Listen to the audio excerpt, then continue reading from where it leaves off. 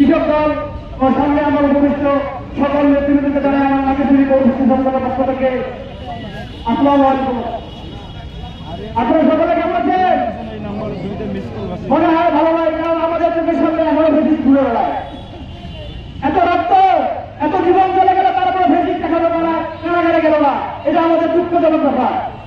আমি বলতে চাই, আমাদের দাবি একটাই, নাগেশ্বরীতে ফেসিক মুক্ত চাই। কি বলেন আপনারা? ভালো লাগবেন। আসসালামু আলাইকুম।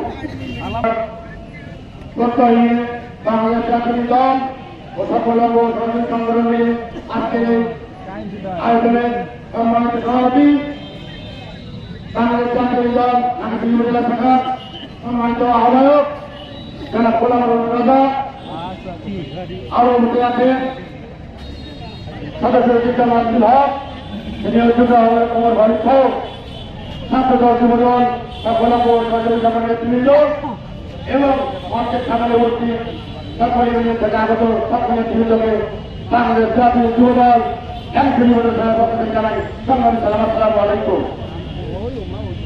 সম্মানিত উপস্থিতি, এটা অত্যন্ত দুঃখজনক।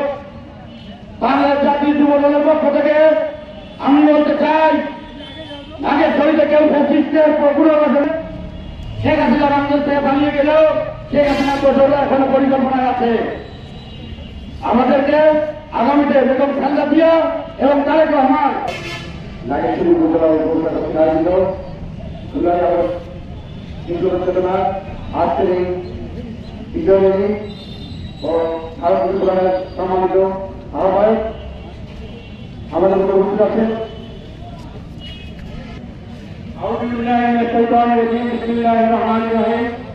জুলাই আগস্ট বিপ্লবের চেতনায় নাগেশ্বরীকে ফ্যাসিস্ট মুক্ত করার নাগেশ্বরীতে কিছু দুর্বৃত্ত ছিল, আওয়ামী লীগের কিছু ফ্যাসিস্ট ছিল, যারা নাগেশ্বরীতে আমাদের বিএনপি এবং বিএনপি অঙ্গ সংগঠনের নেতৃবৃন্দকে ভালো থাকতে দেয়নি।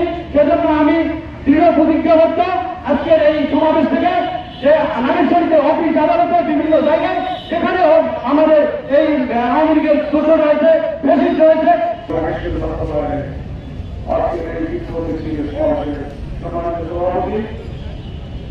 উপস্থিত বাংলাদেশ জাতীয় দল নাগেশ্বরী উপজেলা শাখার সংগ্রামের আহ্বায়ক